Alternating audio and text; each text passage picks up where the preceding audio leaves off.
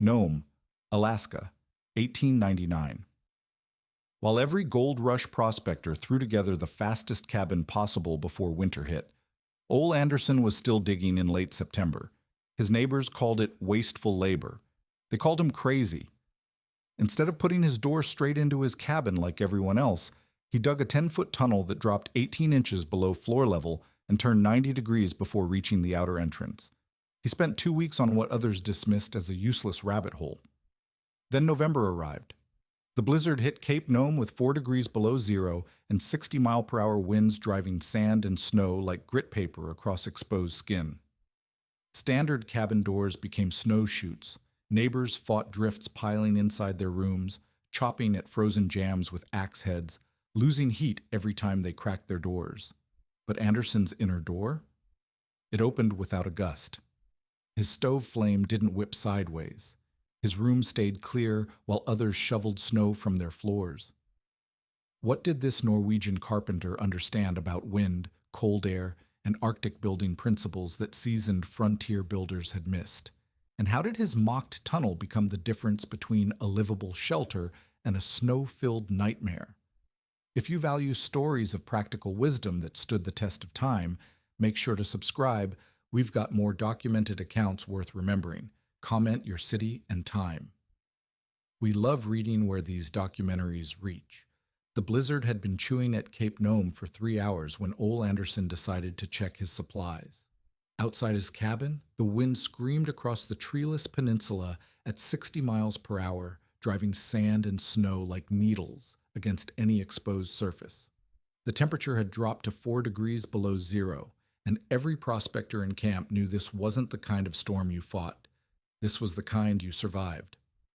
Anderson pulled on his heavy coat and gloves, then walked to what his neighbors had been calling his rat run for the past 2 months. Instead of stepping directly outside like every other man in Nome, he dropped down into the low entrance he'd carved into the frozen ground.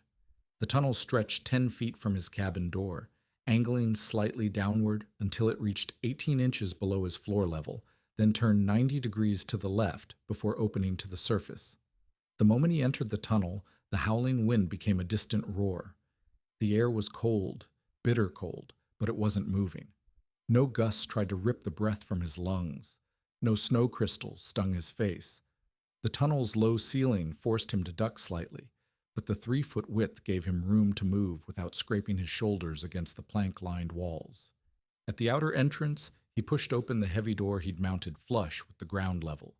The blizzard hit him like a physical blow, wind that could knock a man sideways, snow that turned the air white and impenetrable.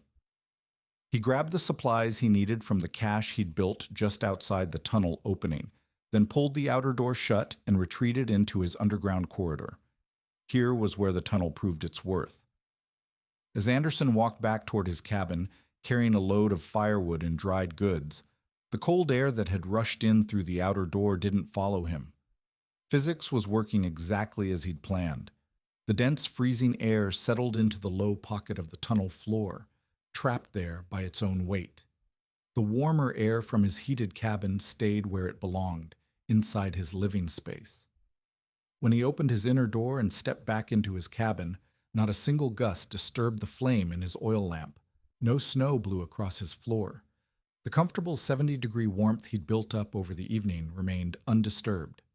His stove, a simple barrel design that most prospectors used, continued burning steadily without the wind shocks that plagued every other cabin in camp.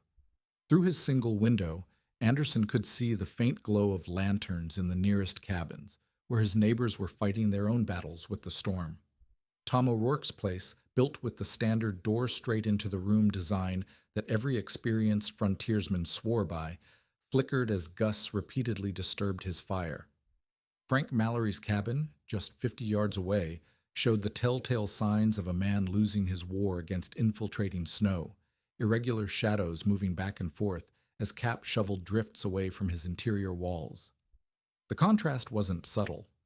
Every time one of his neighbors opened a conventional door during the blizzard, they created a direct channel for 60-mile-per-hour wind to blast into their living space. Snow followed that wind, piling inside their cabins like flour from a kicked sack. The cold followed too, dropping interior temperatures so fast that men had to restart fires and reheat rooms multiple times each night. Anderson's tunnel eliminated that entire problem by denying the wind a straight path. The 90-degree turn at the outer end meant that even when both doors were open simultaneously, a mistake he was careful never to make, the storm couldn't line up a direct shot at his living space. The wind hit the turn, lost its momentum in the enclosed space, and deposited its load of snow in the tunnel rather than his cabin. The depth of the tunnel provided the second layer of protection. Cold air, being denser than warm air, naturally sank to the lowest available level. In a standard cabin, that meant cold air flowed across the floor every time the door opened, chilling everything near ground level and forcing the heating system to work harder. In Anderson's setup, the cold air flowed down into the tunnel and stayed there, creating a natural barrier that prevented it from entering his heated living space. The engineering was simple, but it required understanding principles that most gold rush builders had never considered.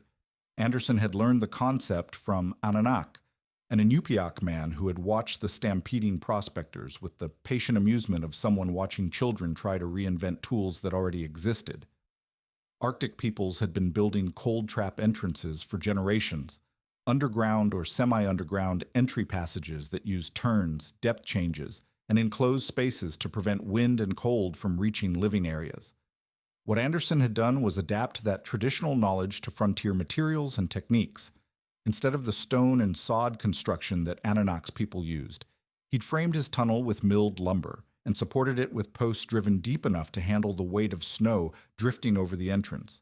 The walls were lined with boards to prevent cave-ins, and the roof was built strong enough to support several feet of accumulated snow without collapse. As the blizzard continued through the night, the tunnel's effectiveness became more pronounced.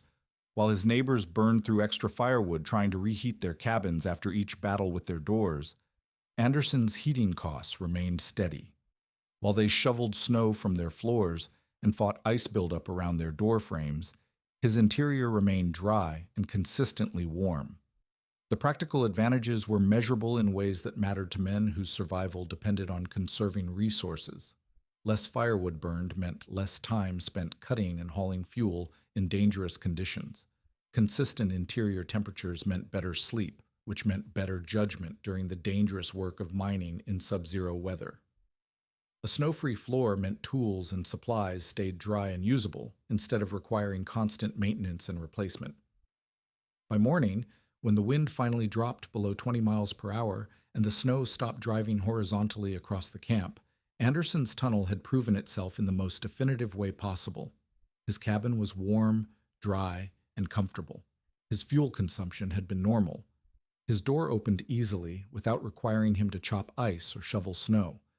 The tunnel itself needed only minor clearing, a few minutes of work to remove the snow that had drifted into the outer entrance.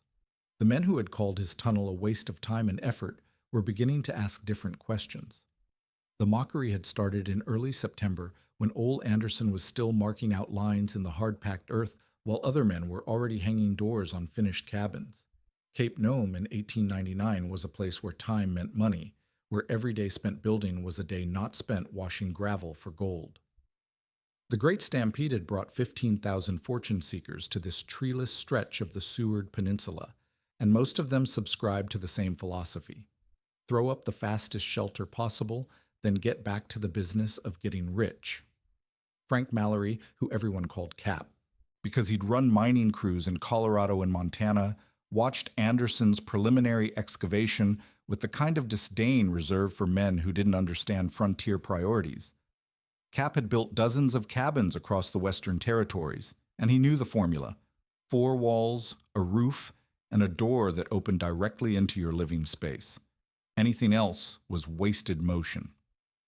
"Look at the Norski," Cap announced to the men gathered around the evening fire outside Tom O'Rourke's half-finished cabin.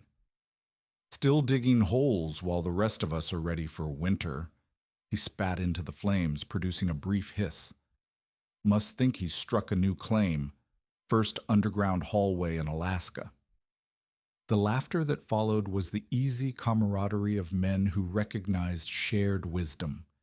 Every experienced builder in camp knew that doors belonged on the side of the cabin facing the prevailing wind, so you could reach them even when snow drifted against the other walls. You put up your walls fast, chinked the gaps with moss or mud, and saved your energy for the work that paid. Extra construction was the mark of a greenhorn who didn't understand that survival depended on efficiency, not elaborate preparations. Tom O'Rourke, a carpenter from Boston who'd traded his tools for a gold pan, but still knew good construction when he saw it, was less certain. He'd watched Anderson work with the methodical precision of a man who understood building, not the frantic improvisation of someone learning as he went. "Maybe he knows something we don't," O'Rourke suggested, but his voice carried little conviction against the weight of conventional wisdom. "What's to know?" Cap replied. "Door goes in the wall. You open it, you walk through it, you close it. Been working that way since doors were invented."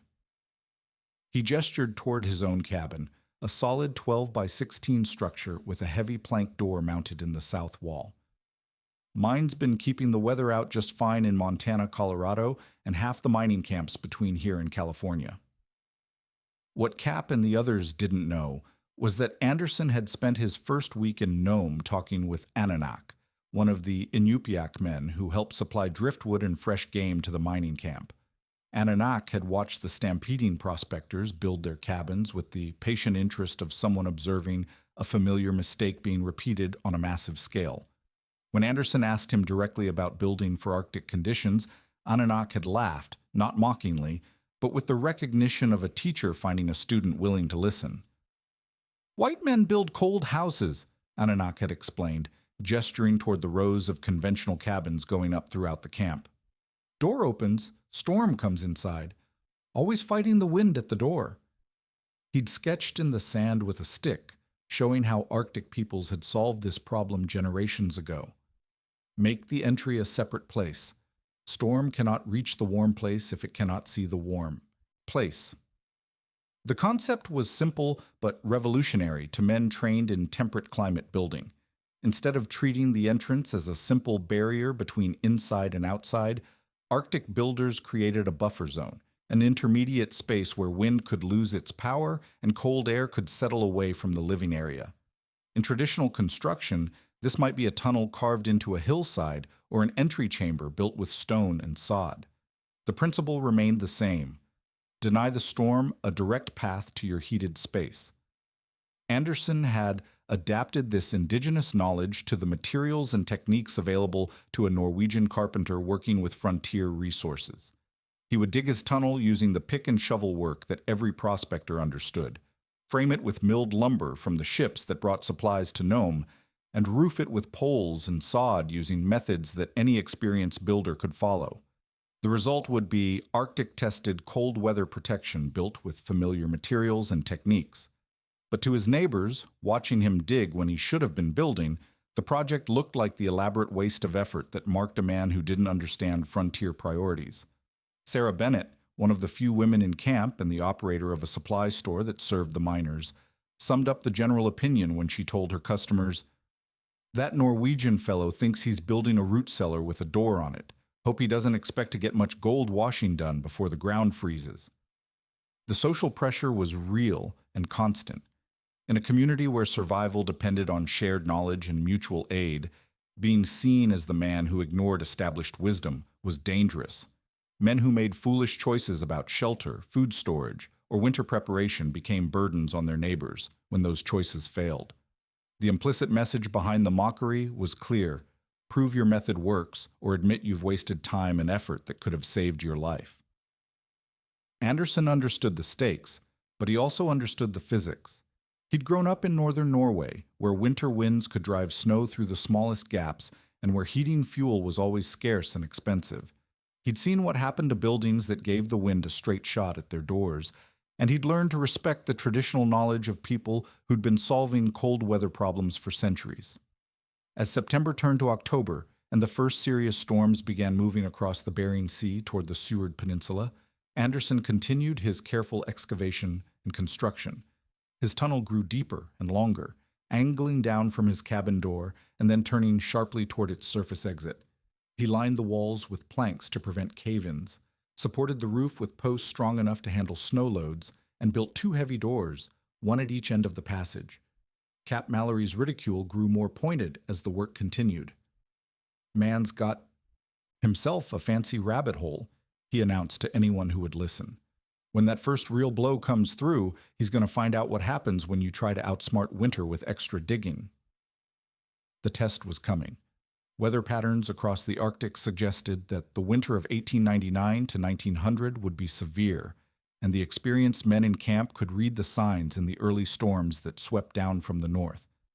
When that test arrived, every construction choice would face the ultimate judge, the unforgiving mathematics of wind, temperature, and survival on the edge of the Arctic Ocean. By the first week of October, Ole Anderson had committed to a construction method that would either vindicate his understanding of Arctic building principles or mark him as the fool his neighbors believed him to be. The excavation phase was complete, and now came the precise work of turning a 10-foot trench into a functional wind-breaking entrance that could withstand the crushing loads of drifted snow and the relentless pressure of sub-zero gales. The layout had been carefully planned, using knowledge that Ananak had shared during their conversations by the driftwood pile behind the trading post. Anderson marked a straight line 10 feet out from his cabin door, then used a carpenter's square to establish a precise 90-degree turn that would orient the outer opening perpendicular to the prevailing northeast winds that dominated Nome's winter weather patterns. This wasn't guesswork. The angle had to be exact, because even a 15-degree deviation would allow wind-driven snow to ricochet down the tunnel and defeat the entire system. The excavation itself required techniques that went beyond simple digging. Anderson started at the cabin door and worked outward, removing earth in measured sections to maintain the structural integrity of the surrounding ground. The tunnel floor sloped gradually downward, dropping a total of 18 inches below the cabin's interior floor level by the time it reached the turning point. This depth wasn't arbitrary. It was calculated to create a natural sump where dense, cold air would settle and remain trapped instead of flowing into the heated living space. The soil conditions around Nome presented specific challenges that Anderson had to solve with frontier engineering. The ground was permanently frozen below a depth of 2 feet, requiring him to use picks and crowbars to break through layers of ice-hardened earth. Above the permafrost line, the soil was sandy and unstable, prone to collapse if not properly supported. He'd seen mine shafts cave in when prospectors ignored structural requirements, and he knew that a collapsed entrance tunnel would be worse than no tunnel at all. Framing the tunnel required adapting standard carpentry techniques to underground construction. Anderson set vertical posts every 3 feet along both sides of the passage, using 8-inch diameter logs that he'd selected, from the driftwood supplies that ships brought to Nome's harbor. Each post was sunk 18 inches into the permafrost and braced with diagonal supports to prevent lateral movement when snow loads accumulated above ground. The posts had to be substantial enough to support not just the tunnel's roof, but also the potentially enormous weight of snow that Arctic storms could deposit over the entrance. The wall construction combined Norwegian building traditions with materials available on the Seward Peninsula.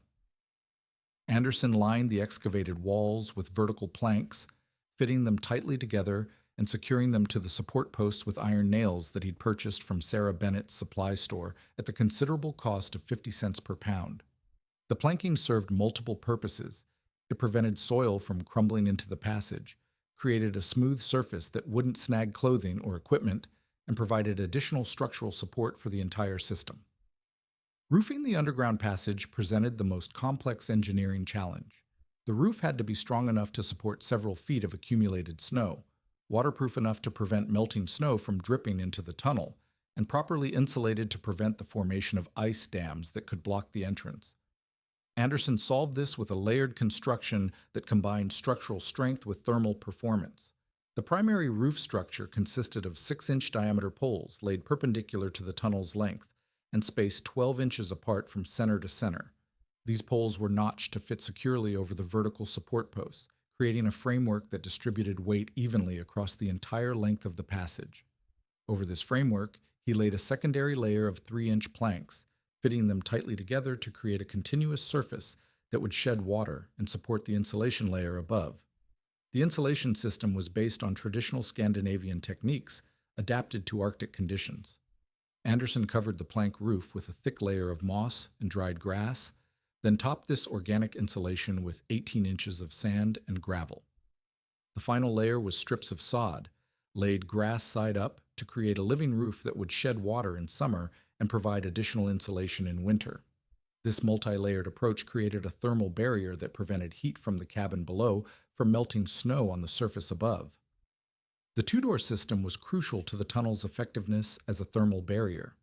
Anderson mounted heavy plank doors at both ends of the passage, using strap hinges that could handle the constant expansion and contraction caused by temperature changes.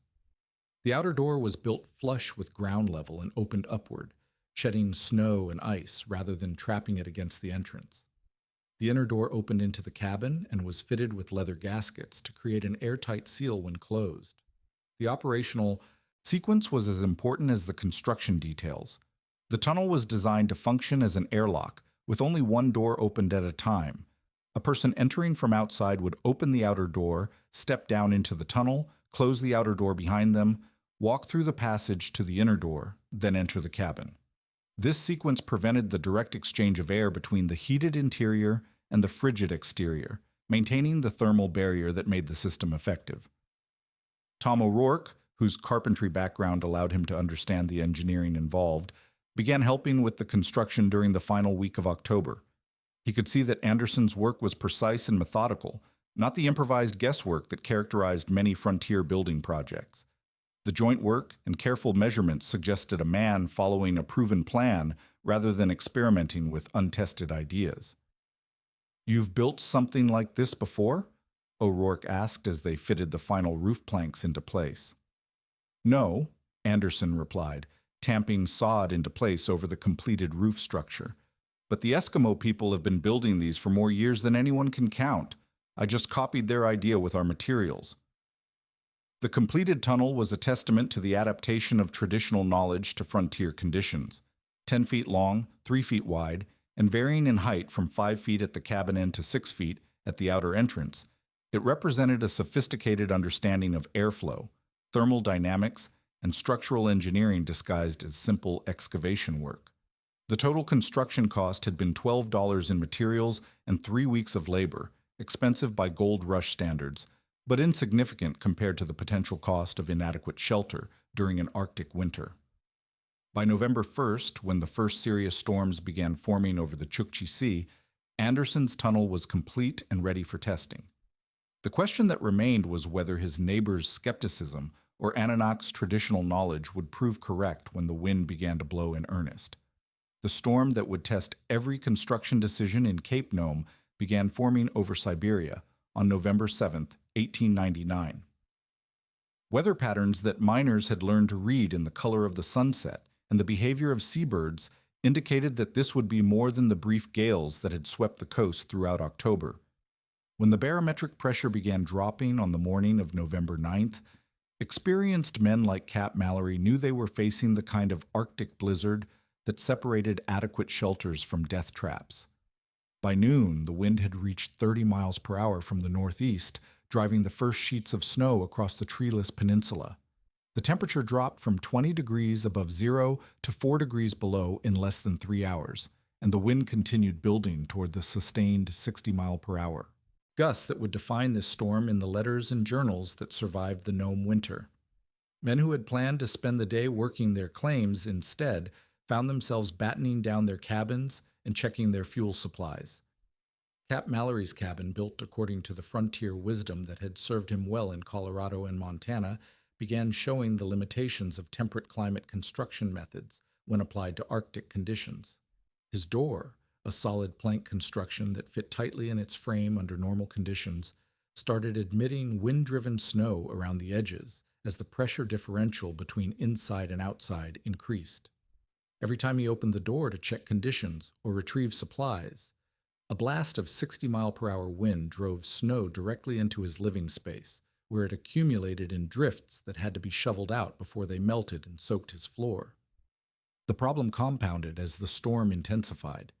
Each battle with his door cost Cap precious heat as warm air rushed out and Arctic air rushed in. His barrel stove, adequate for normal heating loads, couldn't keep up with the constant temperature shocks. He found himself burning through his carefully rationed firewood at twice the normal rate while still feeling cold drafts sweep across his cabin floor every time the wind gusted above 50 miles per hour. Tom O'Rourke faced similar challenges 50 yards away, but his carpenter's eye allowed him to diagnose the specific mechanical failures that were defeating conventional door designs. The hinges on his door were freezing as moisture from his heated cabin condensed and froze in the metal joints.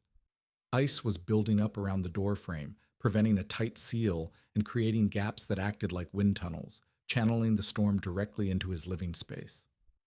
Twice during the afternoon, gusts caught his door as he tried to open it, nearly ripping it from his grasp and slamming it against the cabin wall hard enough to loosen the leather hinges.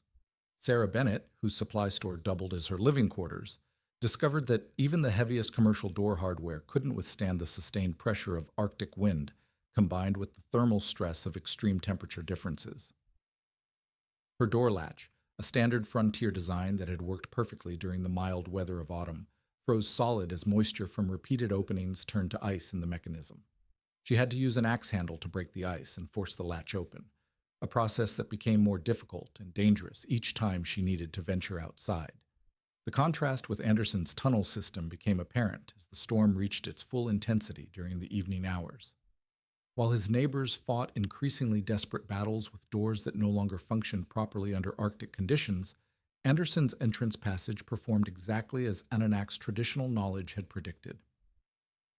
The outer door of his tunnel faced perpendicular to the wind direction, so the 60-mile-per-hour gust struck it obliquely rather than head-on, reducing the pressure that tried to force it open and minimizing the amount of snow that could be driven through when the door was briefly opened.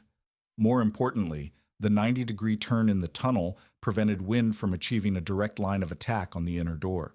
When Anderson opened his outer door to retrieve firewood from his exterior cache, wind and snow rushed into the tunnel entrance. But the turn geometry meant that this material couldn't maintain its momentum around the corner. The tunnel acted as a momentum trap, allowing the wind to expend its energy against the tunnel walls instead of carrying snow directly to his living space. The thermal performance of the system proved equally effective. Cold air entering through the outer door was denser than the warmer air in the tunnel, so it naturally settled into the 18-inch deep sump that Anderson had excavated at the tunnel's low point. This created a stable cold air reservoir that prevented frigid air from flowing upward into his heated cabin. The physics was simple but decisive. As long as the tunnel remained colder than the cabin, the density differential would maintain a natural barrier against heat loss. The operational advantages became measurable as the night progressed. While his neighbors were burning through their fuel supplies trying to reheat their cabins after each door opening, Anderson's heating costs remained normal. His barrel stove maintained steady temperatures without the constant recovery cycles that were exhausting his neighbors' wood supplies.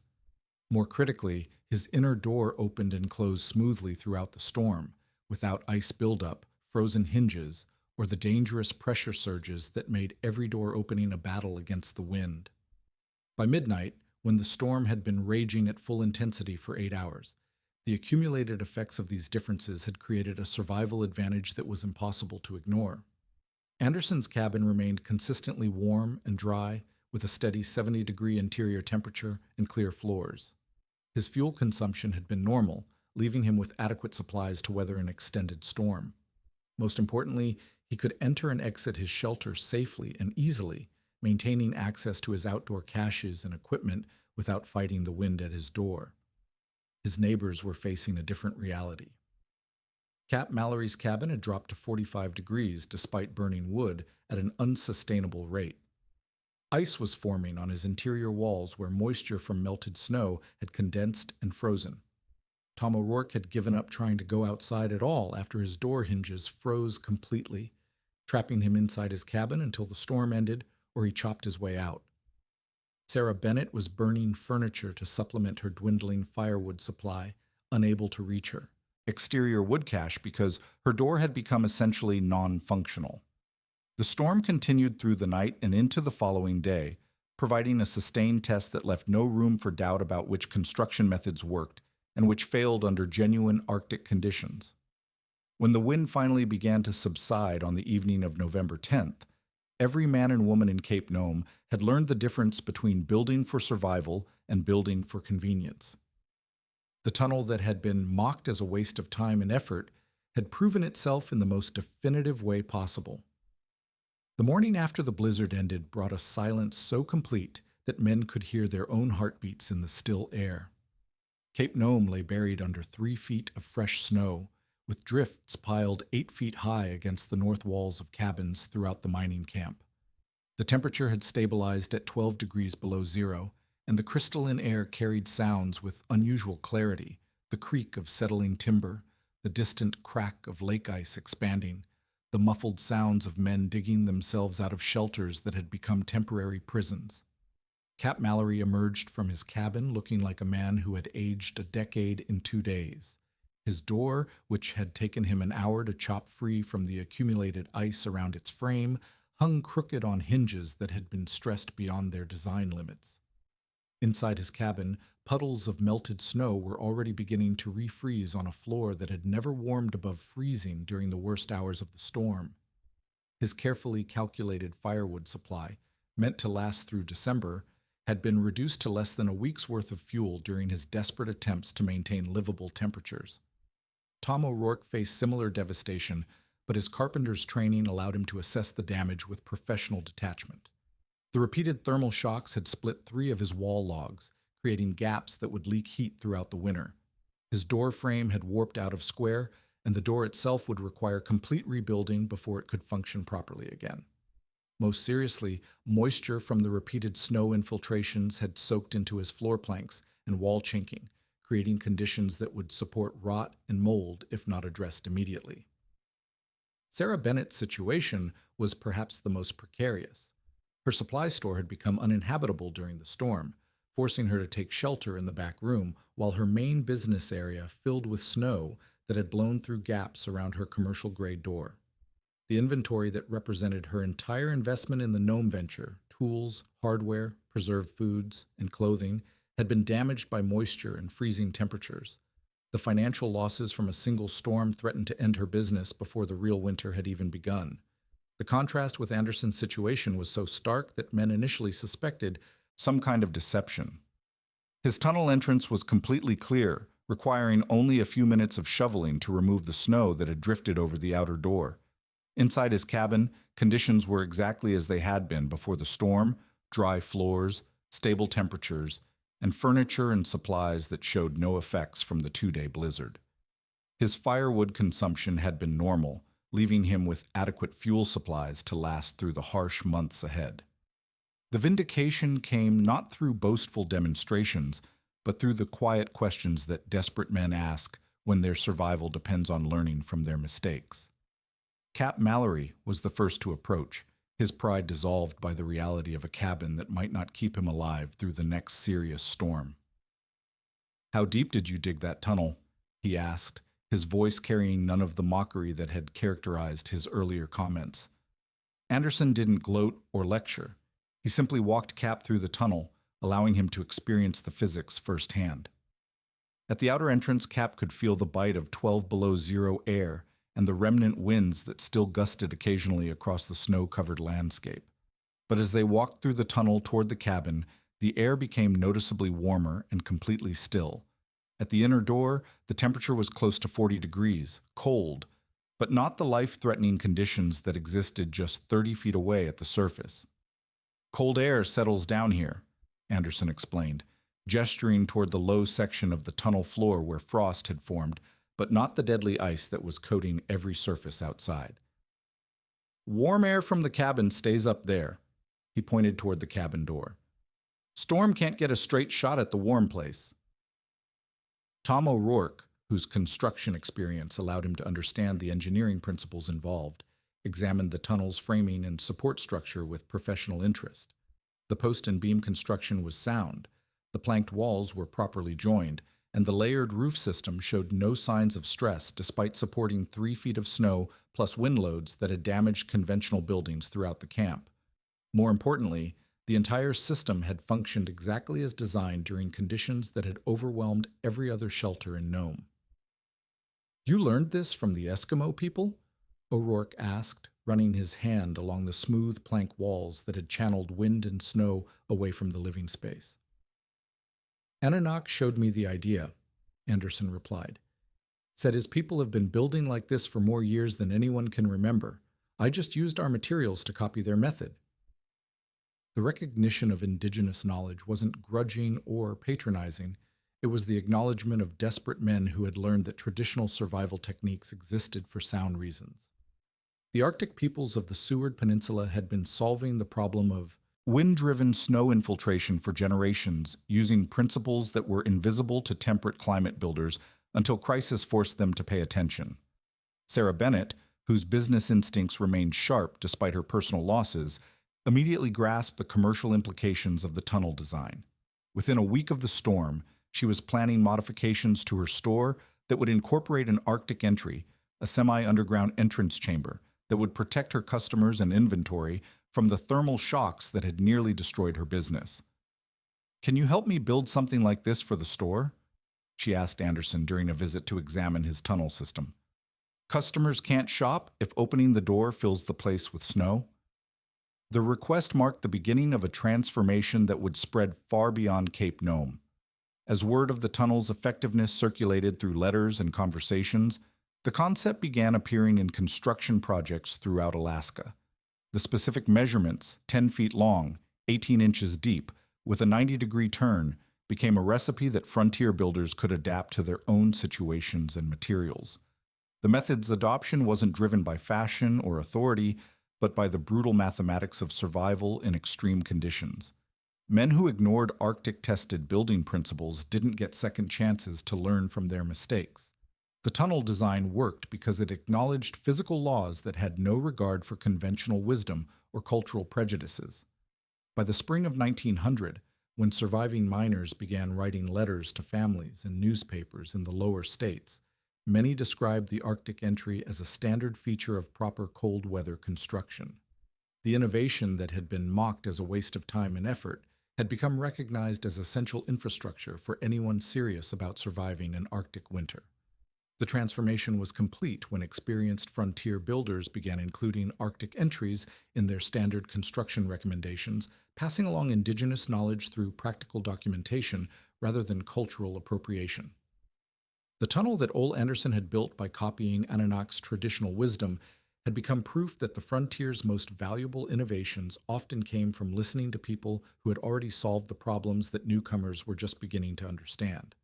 On the frontier, the man who built for the worst day wasn't paranoid. He was just early.